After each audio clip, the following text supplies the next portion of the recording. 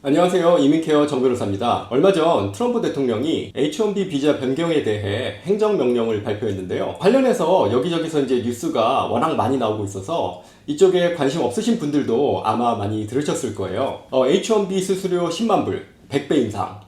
자극적으로 기사 내기 참 좋잖아요. 사실 이걸 영상을 찍어야 하나 말아야 하나 고민을 조금 하다가 찍는 건데요. 왜냐면 트럼프 관련 뉴스는 일단 조금 기다려봐야 될 필요가 있거든요. 제가 이전 영상에서도 말씀드렸지만 트럼프 스타일 자체가 월딩을 세게 해서 일단 임팩트를 주는 것 자체가 이제 목적인 경우가 많아서 실제 실현이 되는지 여부라던가 구체적인 사항들을 제대로 파악하는 데 시간이 조금 걸리거든요. 이번 H-1B 행정명령을 살펴보면 이게 10만 불 수수료에 대한 이야기가 나오기 전에 그 이유에 대해서 구구절절히 현재 H-1B 제도의 문제점을 길게 이야기를 하는데, 예를 들어서 미국인 근로자의 임금이 떨어진다, 외국인 저임금 근로자들 때문에 고용시장이 혼란스럽다, 이런 말들이 반복해서 계속 나오고, 그래서 결론적으로 신규 H-1B 차원서 접수에 대해 10만 달러의 수수료를 부과하겠다, 이런 건데요. 방금 말씀드린 것처럼 트럼프 대통령 스타일이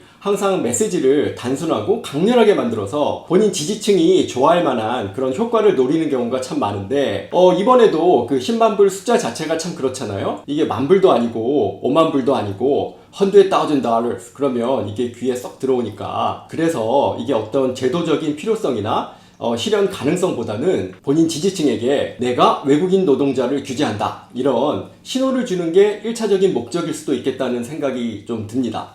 왜냐면 내년 2026년에 미국 중간 선거가 있거든요. 특히 스템 분야 이야기를 참 많이 하는데 아무래도 테크 기업들이 이번 행정명령에 영향을 많이 받을 것 같고요. 실제로 H-1B 비자 소지자들의 상당수가 인도 아니면 이제 중국 출신인데, 구글이나 아마존, 메타, 마이크로소프트 이런 그 빅테크 회사에 가면 그 H-1B로 일하는 인도나 이 중국 사람들이 정말 많습니다. 암튼 이번 행정명령의 핵심은 2025년 9월 21일 이후 새로 청원서를 접수할 때, 그러니까 이미 비자를 갖고 있거나 갱신하는 사람들한테는 해당 사항 없이 새로 접수하는 경우에 10만 불의 수수료를 납부하지 않으면 미국 입국을 제한하겠다라는 건데요. 그래서 행정명령 제목 자체도 뭐 H-1B 수수료 10만 불 이런 게 아니고 Restriction on Entry of certain non-immigrant workers. Restriction on Entry잖아요. 그러니까 입국을 제한하겠다, 이런 거니까 이게 단순히 이민국에서 청원서를 심사할 때 거절하고 말고의 문제가 아니라 국무부에서 비자 발급을 거부한다거나 아니면 공항에서 입국 심사 받을 때 거절될 수도 있다는 이야기라서 USCIS, DOS, CBP 이 세 곳이 다 묶여 있는 거고, 그래서 이제 각각 별도로 지침이 나온 상태이긴 한데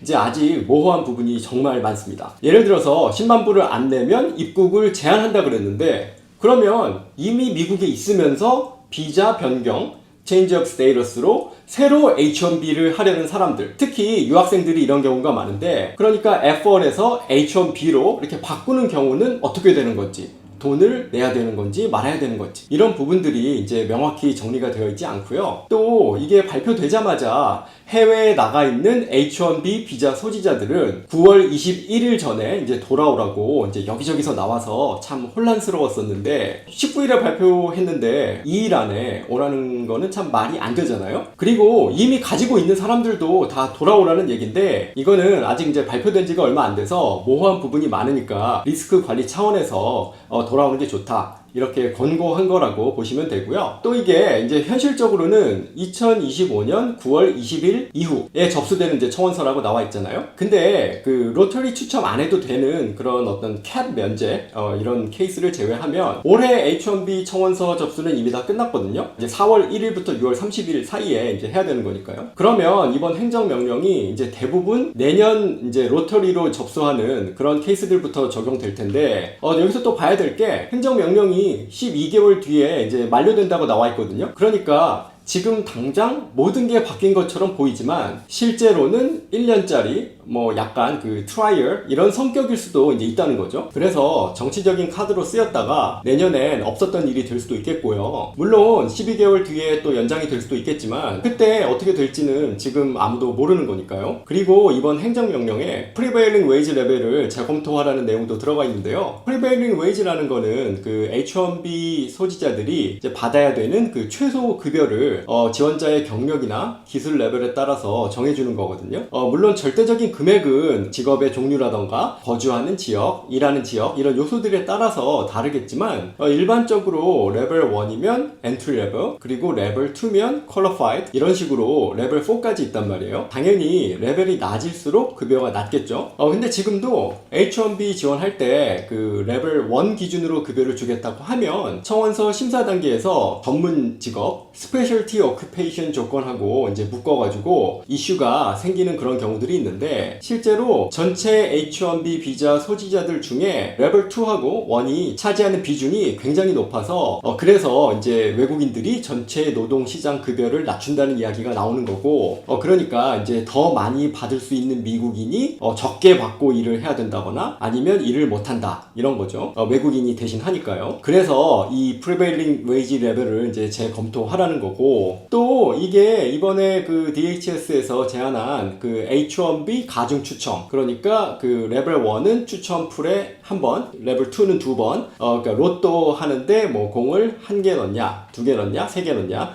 이런 식으로 급여가 높을수록 당첨 확률을 이제 높이겠다는 것과도 이제 맞물려서 결국은 고임금, 고레벨 위주로 H1B를 재편하려는 이 흐름이 있다고 볼 수도 있겠습니다. 지원자 입장에서는 연봉이 높을수록 상대적으로 유리해지는 구조로 이제 바뀌는 거니까 좋다고 생각하실 수도 있겠지만 기업 입장에서는 신규 H1B 스폰서 자체를 이제 주저할 수밖에 없겠고요. 결국은 이제 고임금 플러스 10만 불 수수료까지 낼 수 있는 큰 회사들만 H1B를 할 수 있게 이제 바뀐다고 볼 수도 있겠고 반대로 작은 회사나 이제 스타트업 이런 데들은 인력 확보에 이제 더 불리해질 수밖에 없겠습니다. 그동안 제도를 악용하는 경우가 없던 건 아니긴 한데 이게 이제 참 쉽지 않은 문제고요. 이제 깊게 들어가면 한도 끝도 없습니다. 결론적으로 이번 H1B 관련 행정명령은 실무적으로는 아직도 불확실한 부분이 많아서 이게 어떻게 구체화될지 지켜봐야 되는 상황이라는 의견이고요. 또 늘상 그래왔듯이 소송이 걸리거나 컨그레스에서 견제가 들어올 수도 있고 또 내년 중간 선거 분위기에 따라서 어떻게 될지 모르는 거니까요. 그래서 지금 이걸 두고 너무 확정적으로 판단을 하기보다는